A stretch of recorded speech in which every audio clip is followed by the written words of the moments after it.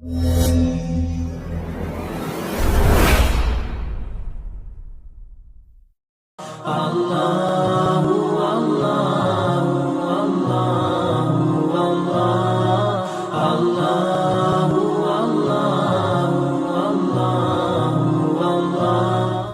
kita berbicara tentang bahagia.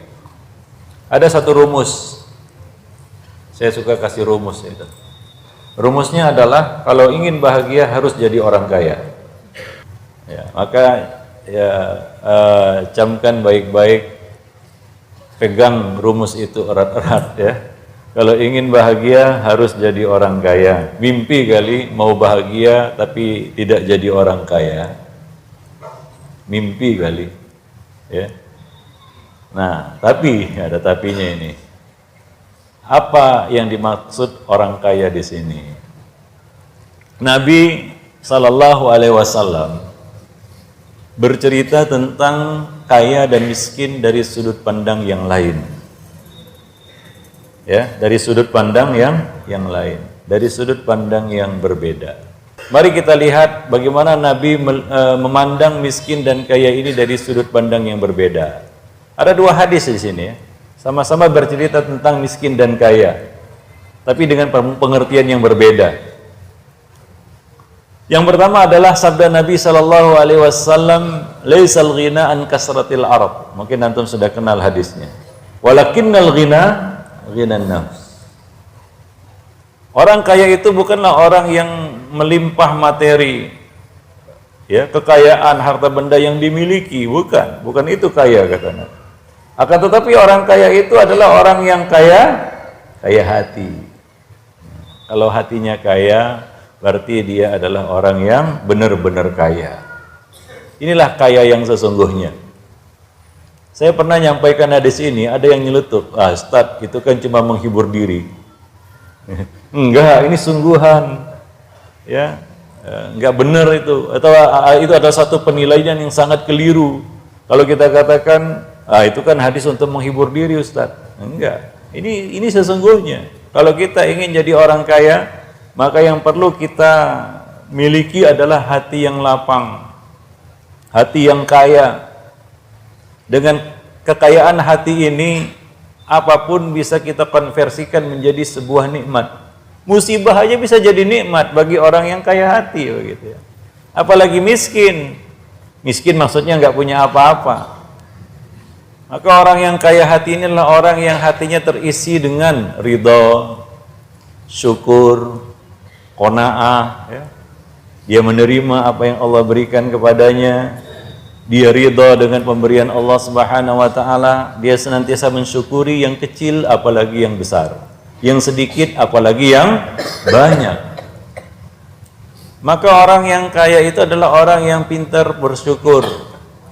Dia bisa melihat nikmat-nikmat Allah dari sudut pandang yang berbeda. Sehingga nikmat yang dilihat orang lain kecil, dia lihat besar. Sehingga dia menjadi orang yang selalu merasa beruntung.